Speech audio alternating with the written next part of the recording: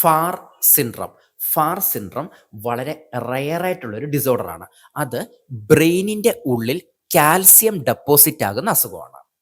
ഈ ബ്രെയിനിൻ്റെ ഉള്ളിലെന്ന് പറയുമ്പം cerebral cortex, basal ganglia ഇങ്ങനെയുള്ള സ്ഥലങ്ങളിൽ കാൽസ്യം ഡെപ്പോസിറ്റ് ആകുന്നു. ഈ ബേസൽ ഗാംഗ്ലിയ, സെറിബ്രൽ കോർട്ടെക്സ് ഒക്കെയാണ് മൂവ്മെൻറ്റിനെ കൺട്രോൾ ചെയ്യുന്നത്, നമ്മുടെ ശരീരത്തിലെ മൂവ്മെൻറ്റ്. ഓക്കെ, അതുകൊണ്ട് ഈ അസുഖമുള്ള ആൾക്കാർക്ക് മൂവ്മെൻറ്റിന് പ്രശ്നം വരും. ഫാർ സിൻഡ്രം ഉള്ള പേഷ്യൻ്റ് കാണിക്കുന്ന സിംറ്റംസ്, മെയിൻ സിംറ്റം എന്ന് പറയുന്നത് മൂവ്മെൻറ്റ്, മോട്ടോർ പ്രോബ്ലംസ് ആണ്.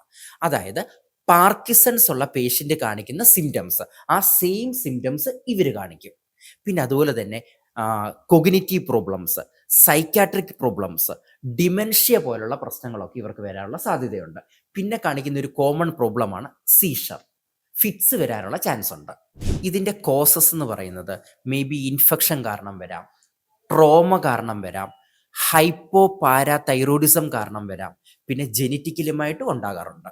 ഇതിന് ഒരു ക്യൂർ ഇല്ല, ഒരു പ്രോപ്പറായിട്ടൊരു ട്രീറ്റ്മെൻ്റ് ഇല്ല. പേഷ്യൻ്റ് എന്ത് സിംറ്റംസ് കാണിക്കുന്നോ അതിനെയായിരിക്കും ട്രീറ്റ് ചെയ്യുന്നത്. ഓക്കെ, പിന്നെ അതുപോലെ തന്നെ ട്രീറ്റ് ദ കോസ്, കാരണത്തെ ട്രീറ്റ് ചെയ്യുക.